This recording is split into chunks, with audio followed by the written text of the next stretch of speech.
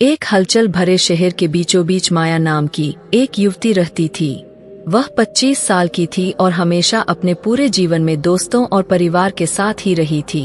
उसने कभी भी सच्चे एकांत या अकेलेपन का अनुभव नहीं किया था। माया का जीवन लगातार शोर और विकर्षणों से भरा हुआ था, जो उसे हमेशा व्यस्त और मनोरंजन करता रहता था।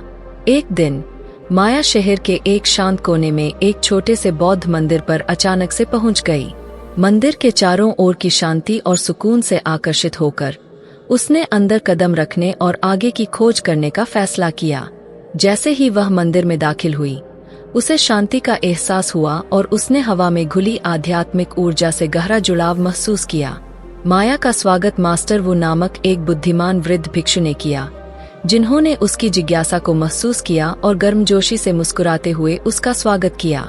वे मंदिर के प्रांगण में एक साथ बैठ गए, जो खिलते हुए कमल के फूलों और टपकते फव्वारे की कोमल ध्वनि से घिरा हुआ था। मास्टर वु ने माया से एकांत के महत्व और अकेले रहने की शक्ति के बारे में बात करना शुरू किया। उन्होंने बताया कि सच्चा एकांत अकेलेपन या अलग थलग रहने के बारे में नहीं है, बल्कि अपने भीतर शांति और संतुष्टि पाने के बारे में है। मास्टर वु ने माया से कहा कि खुद को सही मायने में जानने के लिए व्यक्ति को अकेलेपन को अपनाना सीखना चाहिए और अकेले रहने में सहज होना चाहिए। उन्होंने इस बात पर जोर दिया कि जब कोई व्यक्ति एकांत में सहज महसूस कर सकता है, तभी वह वास्तव में अपने अंतरतम विचारों और भावनाओं से जुड़ सकता है। माया मास्टर वु के शब्दों से चकित थी और उसने अपने दिल में एक ऐसी हलचल महसूस की जो उसने पहले कभी अनुभव नहीं की थी। उसने महसूस किया कि अपने पूरे जीवन में लोगों से घिरी रहने के बावजूद उसने कभी भी खुद को और अपनी इच्छाओं को सही मायने में समझने के लिए समय नहीं निकाला। वह हमेशा दूसरों की मान्यता की तलाश करती थी और अपने विचारों और भावनाओं के साथ कभी सहज नहीं रही।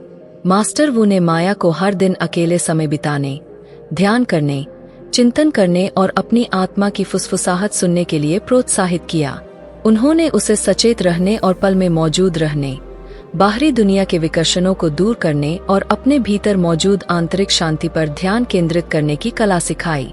जैसे जैसे दिन बीतते गए, माया ने अकेलेपन को और अधिक अपनाना शुरू कर दिया। वह मंदिर की शांतिपूर्ण ऊर्जा में खुद को डुबोते हुए ध्यान में घंटों बिताती थी। वह खुद को एक ऐसे तरीके से समझने लगी जैसा उसने पहले कभी नहीं किया था। उसने अपने दिल में छिपी हुई प्रतिभाओं और इच्छाओं की खोज की। अकेले होने की शुरुआती असुविधा और डर के बावजूद माया को एकांत में मुक्ति और सशक्तिकरण की भावना मिली।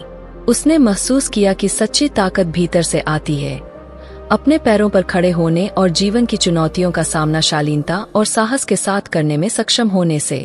एक दिन आत्मनिरीक्षण और आत्मखोज के महीनों के बाद माया मास्टर वु के सामने खड़ी हुई और अकेलेपन की शक्ति के लिए अपनी आंखें खोलने के लिए उन्हें धन्यवाद दिया।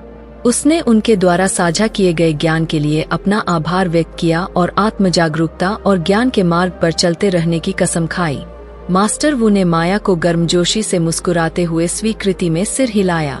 वह जानता था कि वह एक ऐसी यात्रा पर निकल पड़ी है जो उसे खुद और उसके आसपास की दुनिया की गहरी समझ की ओर ले जाएगी। माया उस दिन एक नए उद्देश्य और आत्मविश्वास की नई भावना के साथ मंदिर से बाहर निकली। शहर की भीड़भाड़ वाली सड़कों से गुजरते हुए माया को शांति और सुकून का एहसास हुआ, जो उसने पहले कभी महसूस नहीं किया था। वह जानती थी कि अब उसे अकेले रहने का डर नहीं था, क्योंकि उसने सीख लिया था कि सच्चा एकांत एक उपहार है, अपने अंतरतम से जुड़ने और अपने दिल में बसी ताकत और शांति को पाने का मौका। और इसलिए माया ने खुले हाथों से अकेलेपन को गले लगा लिया, यह जानते हुए कि यह अभिशाप नहीं बल्कि एक छिपे हुए आशीर्वाद था। उसने एकांत की शांति में अपना असली रूप पाया था और वह जानती थी कि वह फिर कभी अकेले रहने से नहीं डरेगी। माया ने अपनी खुद की कंपनी में सहज होने की शक्ति की खोज की थी और वह जानती थी कि वह मास्टर वु के ज्ञान और बौद्ध मंदिर की शिक्षाओं से हमेशा के लिए बदल गई थी। माया का अनुभव वास्तव में परिवर्तनकारी था। उसने एकांत की शक्ति को समझा और महसूस किया कि आत्मखोज और आत्म जागरूकता के लिए यह कितना महत्वपूर्ण है। माया का यह सफर हमें भी यह सिखाता है कि भीड़भाड़ और शोर शराबे से दूर होकर खुद के साथ समय बिताना कितना आवश्यक हो सकता है। मास्टर वू के मार्गदर्शन में माया ने अपने भीतर छुपी ताकत और शांति को पहचाना, जिससे उसका जीवन हमेशा के लिए बदल गया।